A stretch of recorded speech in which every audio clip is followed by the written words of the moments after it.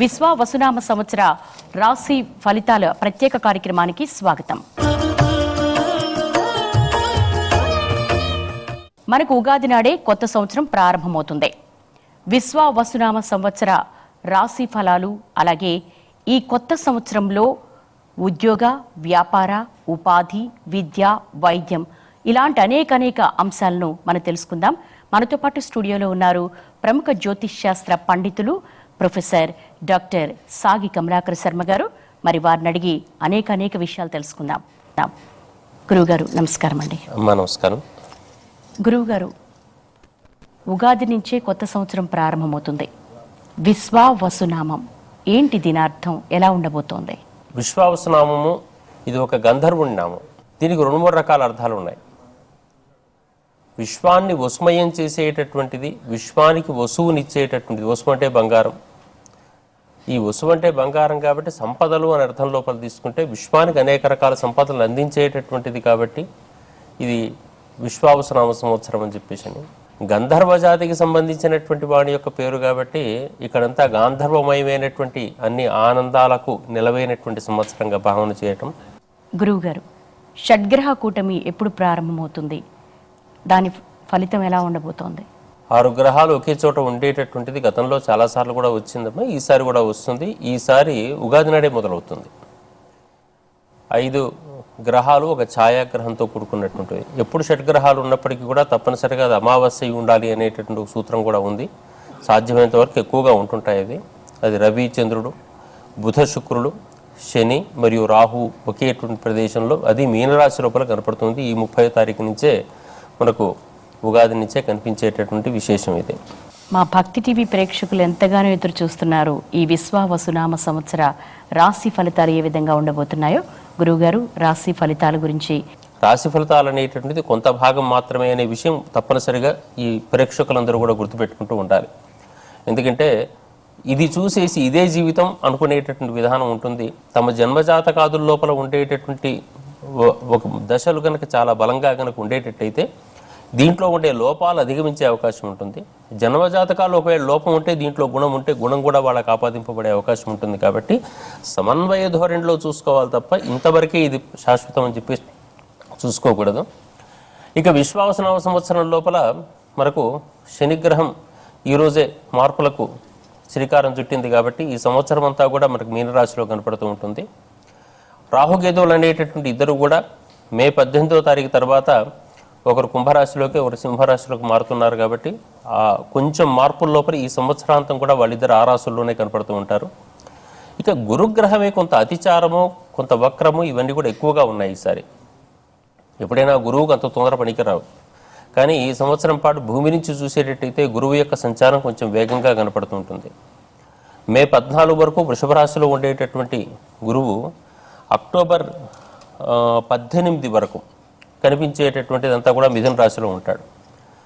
కరెక్ట్గా 45 రోజులు 46 రోజుల తర్వాత 45 రోజులు 46 రోజుల పాటు కర్కాటకంలోకి వెళ్ళిపోతున్నాడు. అప్పుడే మళ్ళీ వక్రగతిలోకి వచ్చేసి సంవత్సరాంతం వరకు మళ్ళీ మిథునంలో ఉంటాడు. ఎక్కువ ప్రభావం అంతా కూడా మిథున రాశిలోనే చూపిస్తున్నప్పటికీ కూడా సంవత్సరం మొత్తంలో 3 రాశుల్లో సంచరించేటటువంటి విధానం గురువుకు ప్రత్యేకంగా ఉంది. ఇది కూడా ఒక రకంగా గురు సంబంధమైనటువంటి అంశాల విషయం లోపల కాస్త గౌరవాన్ని తగ్గించేటటువంటిదిగా, సమాజం లోపల కొంత ఇబ్బంది పెట్టేటటువంటి విధానంగా ఉంటుంది. కాబట్టి ఆ గురు సంబంధమైనటువంటి జాగ్రత్తలు ఈసారి ఒక రాశి వారు కాదు అందరూ చేసుకోవాల్సిన అవసరం కనపడుతూ ఉంటుంది. కారణం ఏంటంటే యజ్ఞాది యాగాదులు, ప్రకృతి సంబంధమైనటువంటి అంశాలు, లోకానికి క్షేమం కలిగించేటటువంటివి, వ్యక్తికి గౌరవం పెంచేటటువంటివి, శాస్త్రాధ్యయనాల వైపు చూసేటటువంటివి ఇవన్నీ కూడా గురు సంబంధమైనవి. పరిశోధనలు ఇవన్నీ కూడా గురు సంబంధమైనవి. ఇటువంటి అంశాల లోపల వేగవంతమైన మార్పులు జరిగినట్టుగానే జరిగి మళ్ళీ వెనక్కు జరిగే అవకాశాలు ఉంటుంటాయి. కాబట్టి అవి జాగ్రత్తగా చూసుకోవాల్సిన అవసరం కనపడుతుంటుంది. ఈ గ్రహాల సంచారం ఉండేటటువంటి ముఖ్యం వల్ల ఇటువంటి విషయాలు గుర్తు చేసుకుంటూ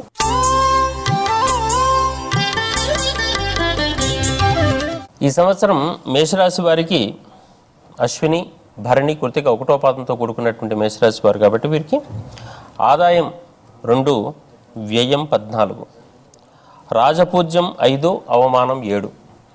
ఈ సందర్భాల్లో కొన్ని గుర్తుపెట్టుకుంటూ ఉండాలి. ఎప్పుడైనా సరే ఆదాయం కన్నా వ్యయం ఎక్కువగా ఉన్నటువంటి వాళ్ళు తప్పనిసరిగా ఎక్కడో దగ్గర ఖర్చు పెట్టక తప్పదు. అది వ్యతిరేక ప్రదేశాల్లో పెట్టాల్సిన అవసరం కన్నా అనుకూలంగా తామే దాన ధర్మాలు చేసుకోవడం మంచిది అనేటువంటి ఒక విషయం గుర్తుపెట్టుకుంటూ ఉండాలి. అట్లాగే రాజపూజ్యం కన్నా అవమానం ఎక్కువగా ఉంటున్న సందర్భాల లోపల ఎవరైనా సరే తర్వాత రాసుల వాళ్ళకు కూడా ఇది వర్తించేటువంటి విధానం. రాజపూజ్యం కన్నా అవమానం ఎక్కువగా ఎప్పుడైతే ఉంటుందో ఎదుటి వ్యక్తిలో దైవాన్ని దర్శించేటువంటి విధానం, ఎదుటి వ్యక్తిలో గొప్పవాళ్ళని దర్శించే విధానం, వాడు గొప్ప అనుకునే భావన ఏర్పడుతుంటే వాళ్ళను మనం తక్కువ చేసి చూసుకోకపోయేటట్టయితే మనకు అవమానాలు ఉండవు. సృజనాత్మక శక్తి అంటుంటామో అది తగ్గిపోయే అవకాశం ఉంటుంది. కాబట్టి ఈ రాశి వారికి ఎక్కువగా మనం బాగా సూచన చేయాల్సినటువంటిది శివార్చన బాగా చేసుకుంటూ ఉండమని చెప్పాలి. అదేవిధంగా గణపతికి సంబంధించినటువంటి ప్రార్థనలు బాగా చేసుకుంటూ ఉండేటట్టయితే ఈ రాశి వారికి అందరికీ కూడా ఈ సంవత్సరం శ్రేయోదాయకంగా ఆనందంగా ఉంటుంది. దాన ధర్మాదులు అనేటటువంటివి చాలా విశేషమైనటువంటివి కాబట్టి అనేక రూపాల్లో దాన ధర్మాలు చేసుకుంటూ ఉంటుంటే వ్యర్థమైన ఈ శనికి సంబంధించిన వ్యర్థమైనటువంటి లోపాలు తగ్గిపోయే అవకాశం బాగా ఉంటుంది. ఈ కొత్త సంవత్సరం వృషభ రాశి వారికి ఏ విధంగా ఉండబోతోంది? ఏమైనా పరిహారాలు ఉన్నాయా?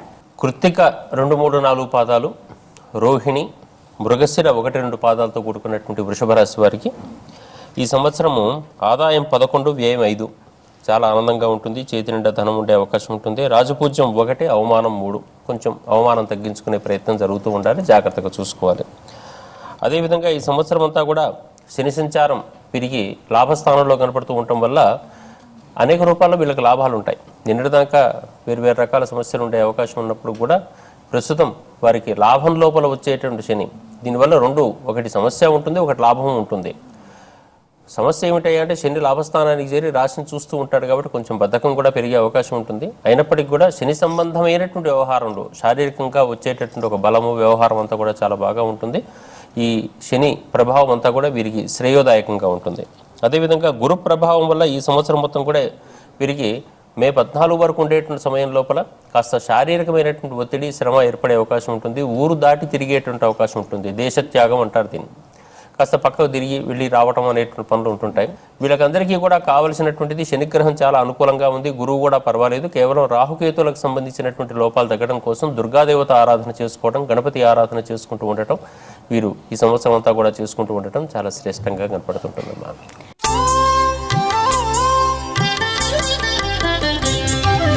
తదుపరి మిథున రాశి వారికి ఏ విధంగా ఉండబోతోంది?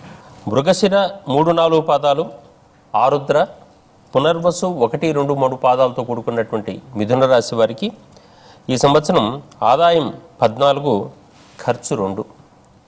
ఆదాయం చాలా బాగా ఉండే అవకాశం ఉంటుంది. రాజపూజ్యం 4, అవమానం 3. ఈ విషయంలో కూడా వాళ్ళకి శ్రేయస్కరంగా ఉంటుంది కాబట్టి వారికి ఆ ఇబ్బందులు లేవు. అదేవిధంగా ఈ సంవత్సరం అంతా కూడా గురుగ్రహ ప్రభావం అంతా కూడా వీరికి ఉండేటటువంటిది ప్రస్తుతం 12వ రాశిలో కనపడుతుంది.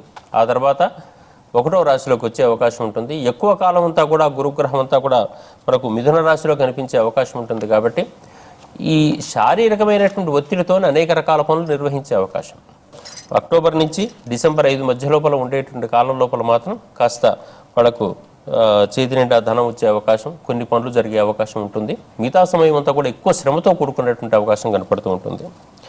ఈ సంవత్సరం ఈ శనిగ్రహం యొక్క ప్రభావం వల్ల వృత్తి, ఉద్యోగ స్థానాల మీద ఎక్కువగా ప్రభావం ఉంటుంది. ఈ దగ్గరగా ఉండేటటువంటి దేవస్థానాలకు బాగా ప్రయాణం చేసే అవకాశాలు బాగా కనపడుతుంటాయి. కాబట్టి అటువంటి ప్రయాణాలు చేసి వాళ్ళకు ఉండేటువంటి దోషాలు తగ్గించుకుంటూ ఎక్కువగా ధ్యానం చేసుకుంటూ ముఖ్యంగా శివారాధన, హనుమత్ ప్రదక్షిణ లాంటివి చేస్తూ ఉండేటట్టయితే ఈ రాశి వారికి ఈ సంవత్సరం అంతా కూడా ఆనందంగా గడిచే అవకాశం ఉంటుంది.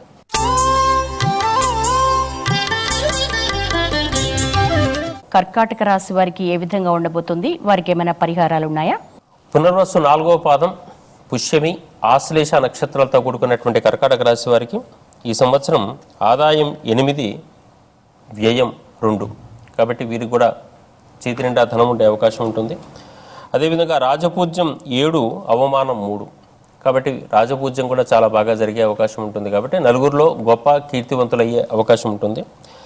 కర్కాటక రాశి వారికి గురు సంచారవశాత్తు ప్రస్తుతం 11వ రాశిలో సంచరిస్తున్నటువంటి వాడు మే 14 తర్వాత 12వ స్థానంలో ఉంటాడు. ఈ సంవత్సరం మొత్తం కూడా 12లో ఉంటాడు. లాభంలో ఉండేటువంటి గురువు వల్ల అనేక రకాలైనటువంటి దైవికమైన, ప్రాకృతికమైనటువంటి లాభాలు ఉంటాయి. కానీ 12కు వచ్చిన తర్వాత ఖర్చులు పెరుగుతూ ఉంటాయి. ఈ ఖర్చులు ఏ గ్రహం 12వ స్థానంలో ఉన్నా కానీ ఇది ఖర్చే అంటాం. అది ఏదో రూపంలో కావచ్చు, ఈ రూపం ఆ రూపం అని లేదు. శనిగ్రహం నవమరాశిలో సంచారం వల్ల అసంతృప్తి ఉంటుంది, వీళ్ళకి బాగా సంతృప్తి తక్కువగా ఉంటుంది. దూర ప్రాంతాలకు ప్రయాణం గురించి కానీ ఇంకేదో కానీ ఏదో అనుకున్న పనులన్నీ కూడా అనుకున్నట్టుగా జరగవు. కాబట్టి నవమరాశిలో శని ఉన్నటువంటి వాళ్ళు ధ్యానం బాగా చేసుకోవాల్సినటువంటి అవసరం ఉంటుంది. దైవధ్యానం, ఇష్టదేవత ఏదైనా పెట్టుకోండి, కానీ మనసును కేంద్రీకరించి ధ్యానం చేసుకుంటూ ఉండేటట్టయితే అసంతృప్తి తగ్గుతుంది, తృప్తి పెరిగే అవకాశం ఉంటుంది. శక్తిహీనుడికి అసంతృప్తి, శక్తివంతునికి సంతృప్తి ఉంటుంది. కాబట్టి శక్తిని పెంచుకోవాలి, అది మార్గం అవుతూ ఉంటుంది. పరిహార క్రియల లోపల కేతువు మే 18 తర్వాత సంవత్సరాంతం వరకు కూడా ద్వితీయ రాశిలో ఉండటం వల్ల మాట విలువ తగ్గే అవకాశం ఉంటుంది. మాట విలువను పెంచుకోవాలి ఎప్పుడైనా సరే, ఎదుటివాడిని పలకరించే విధానం, నవ్వే విధానం, చూసే విధానం లోపల. కాబట్టి తన మాట విలువను పెంచుకోవడం కోసం, ఆ నిరాశను తగ్గించుకోవడం కోసం తాము ప్రయత్నం చేస్తూ ఉండాల్సిన అవసరం ఉంటుంది. దానికోసం గణపతి ఆరాధన బాగా చేసుకుంటూ ఉండేటట్టయితే, గణపతి ధ్యానం, గణపతి ప్రదక్షిణలు చేసుకుంటూ ఉండేటట్టయితే ఆ దోషాలన్నీ నివారించబడే అవకాశం వీరికి కనపడుతూ ఉంటుంది.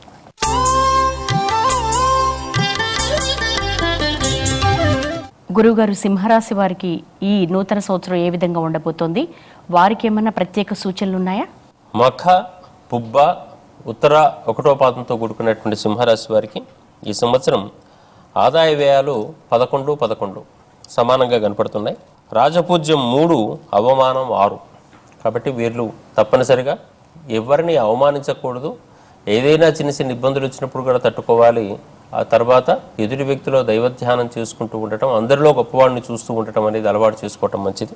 సింహరాశి వారికి ఈ సంవత్సరం గురు సంచారం అనేటటువంటిది దశమ స్థానం మే 14 వరకు ఉన్నది. వృత్తిపరమైనటువంటి ఉన్నతిని చూపించే అవకాశం ఇది.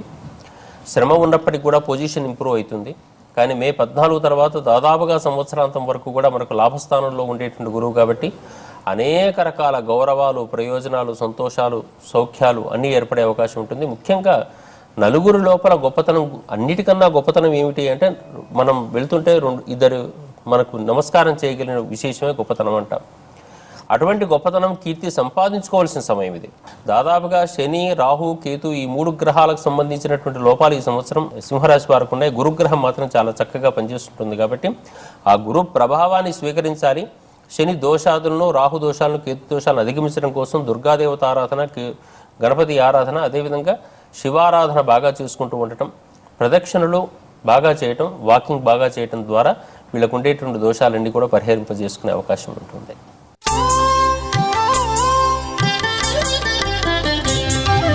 తదుపరి కన్యారాశి వారికి ఏ విధంగా ఉండబోతోంది? వారికి ఏమన్నా ప్రత్యేకమైనటువంటి సూచనలు, పరిహారాలు ఉన్నాయా? ఉత్తర 2, 3, 4 పాదాలు, హస్త, చిత్త 1, 2 పాదాలతో కూడుకున్నటువంటి ఈ కన్యారాశి వారికి ఈ సంవత్సరం ఆదాయం 14, వ్యయం 2. కాబట్టి బాగా ధనధాన్య సంపత్తి కనపడుతుంది. రాజపూజ్యము, అవమానము 2 కూడా 6 కనపడటం వల్ల సమాన స్థాయిలో అందరినీ చూసే అవకాశం ఉంటుంది. కాబట్టి ఇది చాలా శ్రేష్టమైనటువంటిది. గురువు ఈ సంవత్సరం పాటు నవమ స్థానంలో ఉన్నాడు. ఈ సంవత్సరం అంతా కూడా ఇప్పటి వరకు జరిగినటువంటి సంవత్సరం, ప్రస్తుతం రాబోయే మే 14 వరకు కూడా మనకు నవమ స్థానం ఉంటాం. గురువు నవమంలో ఉంటే చాలా విశేషంగా చెప్పేటటువంటి విశేషం. ఆ నవమ స్థానం నుంచి 14 నుంచి ఈ సంవత్సరంలో దాదాపుగా ఉండబోయేది అంతా వృత్తి స్థానంలోకి వస్తాడు. గురువు వృత్తి స్థానంలో రావడానికి శ్రమ ఉన్న గౌరవప్రదమైన కార్యక్రమాలు చేస్తారు. కొంచెం ఎక్కువ కష్టపడి ప్రమోషన్స్ తెచ్చుకునే అవకాశం ఉంటుంది, గుర్తింపు తెచ్చుకునే అవకాశం, కీర్తివంతులయ్యే అవకాశం, వ్యర్థ ప్రయాణాలు చేసే అవకాశం, ప్రదేశం నుంచి దైవ ప్రయాణాలకు వెళ్ళేటువంటి మార్గం మనం వెతుక్కుంటూ ఉండేటట్టయితే కేతుగ్రహం కూడా అనుకూలంగా ఉంటుంది. ఈ సంవత్సరం దాదాపుగా అన్ని గ్రహాలు అనుకూలంగా ఉన్నప్పటికీ కూడా కొంత శనిగ్రహం, కేతుగ్రహానికి సంబంధించినటువంటి లోపాలు తగ్గించుకోవడం కోసం హనుమత్ ప్రదక్షిణలు, శివారాధనలు, విష్ణు సంబంధమైనటువంటి వెంకటేశ్వర స్వామి పూజలు ఇవి చేసుకుంటూ ఉండేటట్టయితే ఈ లోపాలన్నీ కూడా వీళ్ళు అధిగమించే అవకాశం బాగా కనపడుతుంది. వృశ్చిక రాశి వారికి ఏ విధంగా ఉండబోతోంది? వారికి ఏమైనా ప్రత్యేక సూచనలు ఉన్నాయా? విశాఖ 4వ పాదం, అనురాధ, జ్యేష్ఠ నక్షత్రాలతో కూడుకున్నటువంటి ఈ వృశ్చిక రాశి వారికి ఈ సంవత్సరం ఆదాయం 2, ఖర్చు 14. కాబట్టి ఇంతకుముందు చెప్పిన వాటికన్నా కూడా ఇది వ్యతిరేక్తంగా కనపడుతూ ఉండొచ్చు. అయినప్పటికీ కూడా తప్పనిసరిగా ఆదాయం కన్నా ఖర్చు ఎక్కువగా ఉంటుందంటున్నప్పుడు ముందుగానే మనం చేసేటటువంటి దాన ధర్మాలు, అనేక రకాల దైవ కార్యక్రమాల లోపల ముందుగానే ఇన్వెస్ట్మెంట్ చేసుకుంటూ ఉండటం మేలు అనే విషయం గుర్తుపెట్టుకుంటూ ఉండాలి. రాజపూజ్యం 5, అవమానం 2. కాబట్టి ఈ విషయం లోపల మనకు శ్రేయస్సు కలుగుతూ ఉంటుంది. గురుగ్రహము ఈ సంవత్సరంలో అధిక భాగం అనేటటువంటిది ముఖ్యంగా ప్రస్తుతం 7వ స్థానంలో ఉంది. 7వ స్థానం చాలా శ్రేష్టం గురుగ్రహానికి. కానీ రాబోతున్న మే 14వ తారీఖు తర్వాత నుంచి ఎక్కువ శాతం ఈ సంవత్సరంలో అష్టమ స్థానంలో గడుపుతుంది. మధ్యలో కొద్ది రోజులే నవమానికి వెళ్ళి మళ్ళీ అష్టమానికే వస్తుంటాడు. ఈ అష్టమ స్థాన సంచారం అనేది గురుగ్రహానికి అంత శ్రేష్టమేం కాదు, ఏ గ్రహానికి కాదు, అందులో శుభగ్రహానికి అసలే కాదు. కాబట్టి గురు సంబంధమైనటువంటిది శరీరం లోపల ఉండేటటువంటి అంగాలు కావచ్చు, ముఖ్యంగా మన బుద్ధి, కణ విభజన శక్తి, ఇటువంటి విషయాలన్నింటిలో కూడా ఉంటుంది. కాబట్టి ఏ సృజనాత్మక శక్తో, ఏ లోక వ్యవహార శక్తో, ఏ పరిశోధనా శక్తో, ఏ ప్రాకృతిక శక్తో మన శరీరంలో ఉంటుందో అవన్నీ కూడా కొంతగా దెబ్బతినే అవకాశం ఉంటుంది. కాబట్టి ఈ సంవత్సరం దేవాలయాలకు అధికంగా వెళ్ళటం, శక్తి చోట్ల ఉండటం. దేవాలయాలకు అధికంగా వెళ్ళటం అంటే అక్కడ వెళ్ళి ఇట్లా కూర్చొని ఇట్లా బయటకు వస్తున్నారమ్మా, అది కాదు. ఆ ప్రదేశం ఒక అయస్కాంత క్షేత్రంగా దైవస్థానాన్ని భావిస్తే మనం ఇక్కడ ఇట్లా కూర్చుంటూ ఉండేటట్టుగా 1 గంట కూర్చుంటే ఒక అయస్కాంతం పక్కన ఇనుప ముక్క పెడితే ఎట్లా అవుతుందో కొంతసేపటికి అయస్కాంత ప్రభావం మన మీదకి వస్తుంది. ప్రదక్షిణం కూడా అదే చేస్తూ ఉంటుంది. భూమి సూర్యుడి చుట్టూ తిరగడం అనేది ప్రదక్షిణ భావానికి సంకేతం. ఆ ప్రదక్షిణ మనం చేసుకుంటూ ఉండాలంటే ఏదో తిరిగి రావటం కాదు, అక్కడ శక్తి ఉందని భావన చేస్తే ఆ శక్తి చుట్టూ మనం తిరుగుతూ ఉంటుంటే ఒక భ్రమరకీట న్యాయం లాంటిది అది. రాహు సంబంధమైన, కేతు సంబంధమైనటువంటి జాగ్రత్తలు ఈ సంవత్సరం వీళ్ళు తీసుకోవాల్సిన అవసరం ఉంది. అటు దుర్గాదేవత, రాహుకు దుర్గాదేవత అధిదేవతే, తప్పనిసరిగా అక్కడ పూజ చేసుకోవాలి. గణపతికి సంబంధించిన విషయం లోపల కేతుకు సంబంధించింది కాబట్టి దుర్గా గణపతులకు సంబంధించినటువంటి పూజాధికారులు బాగా చేసుకుంటూ ఉండేటట్టయితే వృశ్చిక రాశి వారికి ఈ సంవత్సరం అంతా అనుకూలంగా మారే అవకాశం ఉంటుంది.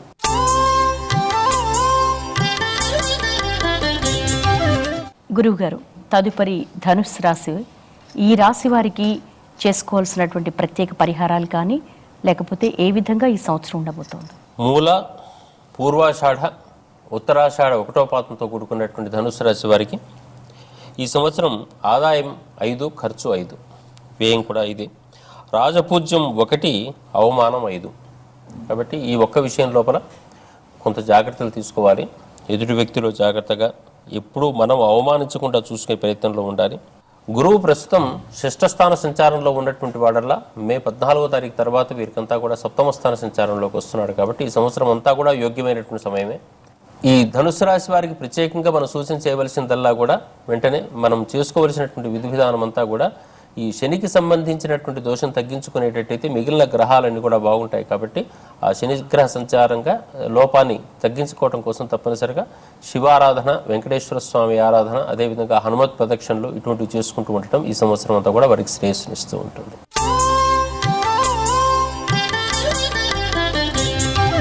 గురువుగారు, తదుపరి మకర రాశి వారికి ఈ సంవత్సరం ఏ విధంగా ఉండబోతోంది? ఉత్తరాషాఢ 2, 3, 4 పాదాలు, శ్రవణం, ధనిష్ట 1, 2 పాదాలతో కూడుకున్నటువంటి మకర రాశి వారికి ఈ సంవత్సరం ఆదాయం 8, వ్యయం 14. వీరు కూడా జాగ్రత్తగా ఖర్చులు పెట్టుకోవాలి. దైవ కార్యాలు ఖర్చు పెట్టడం మంచిది. రాజపూజ్యం 4, అవమానం 5. ఇక్కడ కూడా కొంత జాగ్రత్తలు తీసుకోవాలి. ఈ సంవత్సరం అంతా కూడా ఈ మకర రాశి వారికి ప్రస్తుతం ఉన్నటువంటి 5వ రాశి సంచారమే చాలా శ్రేష్టం. చక్కనైనటువంటి ఆలోచన శక్తి పెంచుకునే అవకాశం. తర్వాత 6వ స్థానంలోకి ఈ సంవత్సరం అంతా ఉంటాడు దాదాపుగా. ఈ సంవత్సరం అంతా 6వ స్థానంలో ఉండటం వల్ల పెద్దలతో అనవసరమైన పోటీలు ఏర్పడే అవకాశం ఉంటుంది. కాంపిటీషన్స్ అంటాం. కాంపిటీషన్స్ పెట్టుకోవాల్సిన ప్రదేశంలో పెట్టుకోవాలి కానీ అనవసరమైన ప్రదేశాల్లో పెట్టుకోకూడదు. కాబట్టి ఈ పోటీ పెట్టుకోవడం ద్వారా ఏం జరుగుతుంటుందంటే నీకున్న పుణ్యం అంతా వెళ్ళిపోతూ ఉంటుంది. లోపల పెట్టుకున్న శక్తిని కోల్పోతూ ఉంటాం. కేతుగ్రహ ప్రభావము వల్ల ఈ మకర రాశి వారికి ప్రస్తుతం 9వ సంచారం కాస్త మే 18 తర్వాత 8వ సంచారం అవుతుంది. 8వ సంచారం కూడా వీళ్ళకి అంత శ్రేష్టమైనది కాదు. కాబట్టి అనవసరమైనటువంటి ఇబ్బందులు లేదా వెళ్ళేటటువంటి మార్గం అంతా కూడా ఏదో అగమ్య గోచరంగా కనిపించడం, నిరాశ ఏర్పడటం, ఇవన్నీ నేను చేయలేనులే అని చెప్పేసి ఒక అసక్తిత భావాన్ని పొందడం, ఇవన్నీ కూడా ప్రతి వ్యక్తికి ఏర్పడే అవకాశం ఉంటుంది. కాబట్టి ఇది కామన్గా చెప్పేటువంటి పదాలు దేనికంటే అన్ని రంగాల వారు దీనికి అన్వయం చేసుకునే అవకాశం ఉంటుంది. కాబట్టి ఆ అశక్తత కోల్పోవాలి. కాబట్టి దానికి సంబంధించినటువంటి పూజలు తప్పనిసరిగా గణపతి ఆరాధన, దుర్గా ఆరాధన ఈ సంవత్సరం చేసుకుంటూ ఉండేటట్టయితే ఈ రాశి వారికి శ్రేయోదాయకంగా కనిపించే అవకాశం ఉంటుంది.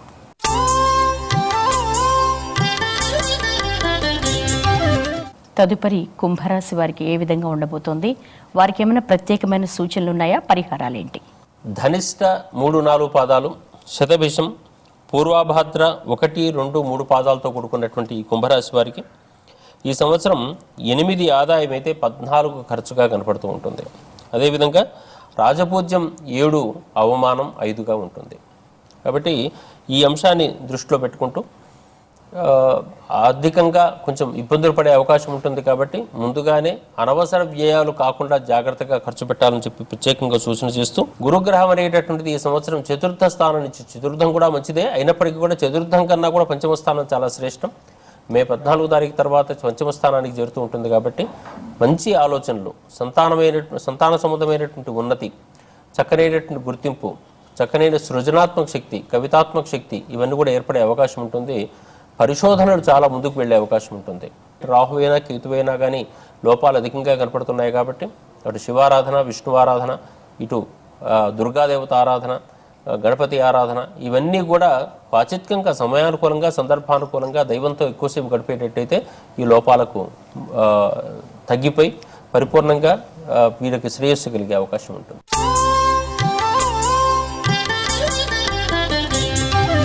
చివరిగా మీనరాశి వారికి ఏ విధంగా ఉండబోతుంది? వారికి ఏమైనా ప్రత్యేక సూచనలు, పరిహారాలు ఉన్నాయా? పూర్వభాద్ర 4వ పాదం, ఉత్తరాభాద్ర, రేవతి నక్షత్రాలతో కూడుకున్నటువంటి ఈ మీనరాశి వారికి ఈ సంవత్సరం ఆదాయ వ్యయాలు 5-5, అదేవిధంగా రాజపూజ్యం 3, అవమానం 1. కాబట్టి ఈ రెండింటి విషయం లోపల వీళ్లకు కొంత అనుకూలత ఏర్పడుతుంది. గురుగ్రహం ప్రస్తుతం తృతీయ సంచారం ఉండటం వల్ల మే 14 వరకు జరిగేటువంటి సమయం లోపల పెద్దల సహకారం బాగా దొరికే అవకాశం ఉంటుంది. ప్రకృతి సహకారం దొరుకుతూ ఉంటుంది. గొప్పవారి యొక్క సహకారం అంతా కూడా మనం కోరగానే జరుగుతూ ఉంటుంది. ఆ తర్వాత చతుర్థ స్థాన సంచారం వరకు వచ్చేసరికి ఈ సంవత్సరంలో ఎక్కువ శాతం చతుర్థ స్థాన సంచారమే ఉంది కాబట్టి చతుర్థం అనేటటువంటిది సౌఖ్యానికి సంకేతంగా ఇంతకుముందు 3 సార్లు కూడా చెప్పుకుంటున్నాం. ఈ సౌఖ్యాలు శుభగ్రహంతో ఏర్పడుతున్నాయి కాబట్టి కొంచెం ప్రయత్నపూర్వకంగా కొత్త కొత్త వస్తువులు తయారు చేసుకునే అవకాశం ఉంటుంది. వీళ్ళు రాహు సంబంధమైన దోష నివారణ కోసం దుర్గాదేవత ఆరాధన, దుర్గా సప్తశ్లోకి పారాయణ, చండీ హోమాదుల నిర్వహణలో తాము కూర్చుంటూ ఉండటం, యజ్ఞయాగాది కార్యక్రమాల దగ్గర నిర్వహిస్తుంటే అక్కడ చూసినా ఆ దేవస్థానాల్లో తాము కాసేపు గడిపినప్పటికీ కూడా ఆ శక్తి వల్ల తాము శక్తివంతులే కొత్త ఆలోచనలతో సమాజానికి మంచి మేలు చేకూర్చేటువంటి అవకాశం ఉంటుంది. ఈ ధోరణిలో ఈ మీనరాశి వారికి ఈ సంవత్సరం అంతా కూడా ఎక్కువ శాతం శ్రేయోదాయకంగానే ఉంది. ఈ విశ్వావసు నామ సంవత్సరం ఏ విధంగా ఉండబోతోంది? ఆయా రాసుల వారికి ఎలాంటి పరిహారాలు ఉన్నాయి? ఇలాంటి అనేక విషయాలు మాకు తెలియజేసినందుకు మరొకసారి ఈ ఉగాది వేళ మీకు ధన్యవాదాలు తెలియజేస్తున్నాం. చూశారు కదా, విశ్వావసు నామ సంవత్సరం ప్రకృతితో మమేకమైనటువంటి, ప్రకృతితో అనుసంధానమైనటువంటి ఈ ఉగాది వేళ నుంచి కూడా ఆయా రాసుల వారికి ఎలాంటి గ్రహస్థితులు ఉంటాయి, అలాగే వారు చేయాల్సిన పరిహారాలు, అలాగే వారు ఏ విధంగా జీవితంలో ముందుకు వెళ్ళాలి, ఇలాంటి అనేక అంశాలు మనకు తెలియజేశారు. ఇది ఇవాల్టి విశ్వ వసునామ సంవత్సర రాశి ఫలితాల ప్రత్యేక కార్యక్రమం. నమస్కారం.